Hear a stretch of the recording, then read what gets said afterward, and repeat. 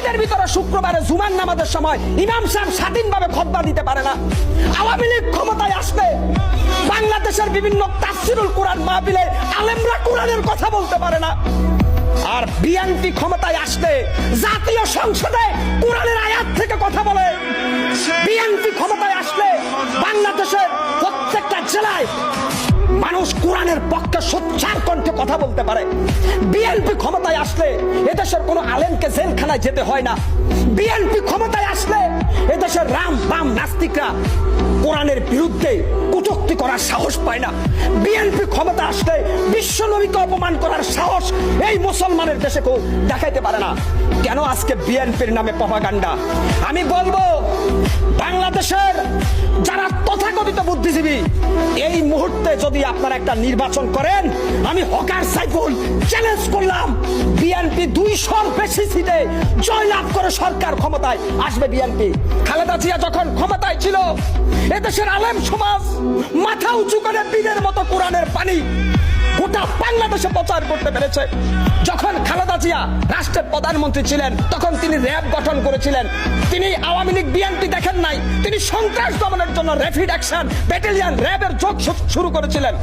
খালেদা জিয়া যদি ওই সময় ওই ক্লিন অপারেশন না করতেন, হয়তো বিএনপি আরো প্রভাবশালী অবস্থায় চলে যেত। কিন্তু খালেদা জিয়া অন্যায়কে প্রশ্রয় দেন নাই।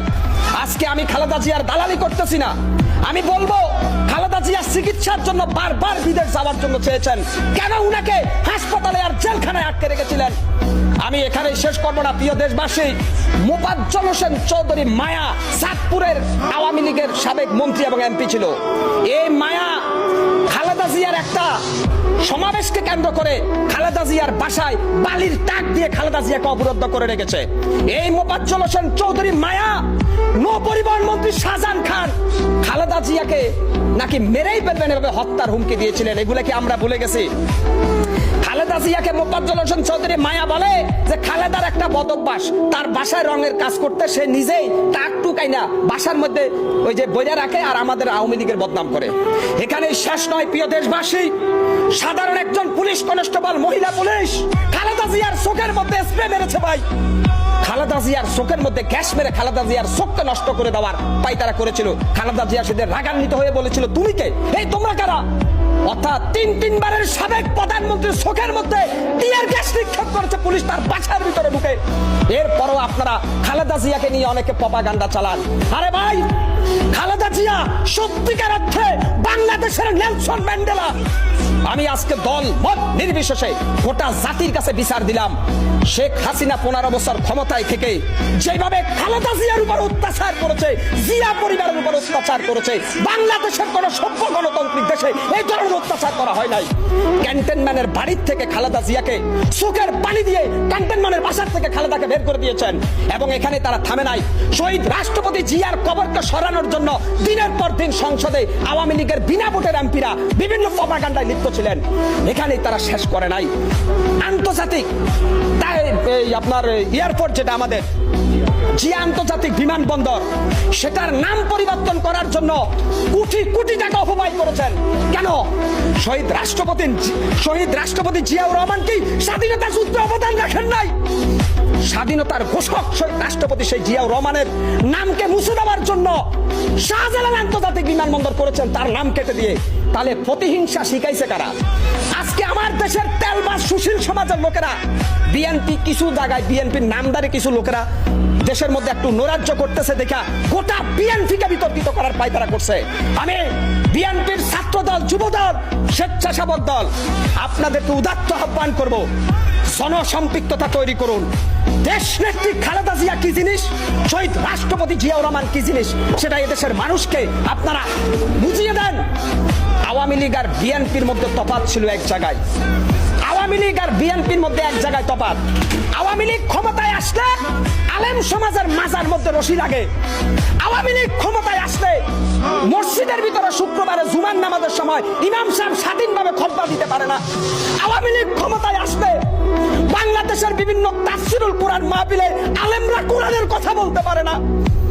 আর বিএনপি ক্ষমতায় আসলে জাতীয় সংসদে কোরআনের আয়াত থেকে কথা বলে।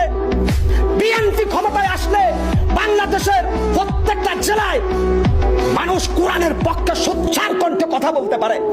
বিএনপি ক্ষমতায় আসলে এদেশের কোনো আলেমকে জেলখানায় যেতে হয় না। বিএনপি ক্ষমতায় আসলে এদেশের রাম বাম নাস্তিকরা কোরআনের বিরুদ্ধে কটূক্তি করার সাহস পায় না। বিএনপি ক্ষমতা আসলে বিশ্ব নবীকে অপমান করার সাহস এই মুসলমানের দেশে কেউ দেখাইতে পারে না। কেন আজকে বিএনপির নামে প্রপাগান্ডা?